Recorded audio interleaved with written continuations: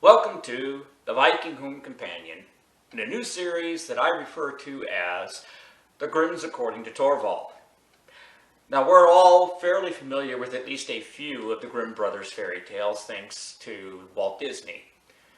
But what many people don't know is that the vast majority of the Grimm brothers' fairy tales, including some of the ones that were done by Disney, do not come with happy endings. Quite a few of them had just the opposite. The stories that I'm going to be telling are going to be as close to the original as I can manage, and if they don't have a happy ending, I'm not going to give you one. So, let's start. And for the first one, it's a fairly short one, and it is entitled The Wedding of Mrs. Fox. Once upon a time, an old fox with 9 tails believed that his wife might not be faithful to him and wanted to find out. He laid out on a bench, did not move, and pretended to be dead. Mrs. Fox went up to her room and shut herself in with her maid, Miss Cat, who sat by the fire and cooked a meal. When it became known that old Mr. Fox was dead, suitors wasted no time in presenting themselves to woo the widow. The maid heard them knocking at the door, and when she opened it, there was a young fox standing there who said, "What may you be about, Miss Cat? Are you asleep or awake?" She answered him, "I'm not asleep, I am waking. Can't you smell what I am making? I'm boiling beer and butter so nice.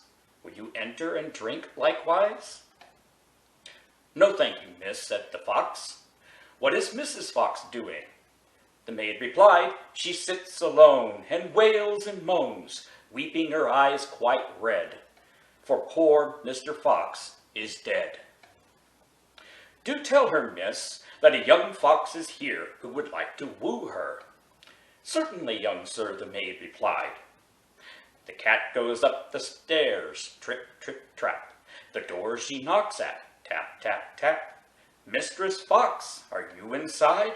"Oh, yes, little cat, Mrs. Fox," she cried. "A wooer doth stand at the door here. Tell me what he's like, my dear."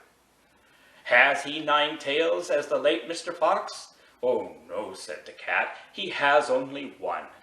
"Then I will not have him," the widow replied. Miss Cat went downstairs and sent the suitor away. Soon afterwards, there was another knock at the door, and another fox who was there to woo the widow fox. He had 2 tails, but fared no better than the first. After this, yet more came, each with 1 tail more than the other, but each was turned away, until at last one came who had 9 glorious tails, like old Mr. Fox himself. When the widow heard this, she joyfully said, "Now open the gates and the door all wide, and carry the old Mr. Fox outside." But just as the wedding was going to be solemnized, old Mr. Fox stirred up from the bench and beat all the rabble and chased them and Mrs. Fox from the house. The end. Now, we modern folk might wonder what all the fuss was about with a widow getting remarried.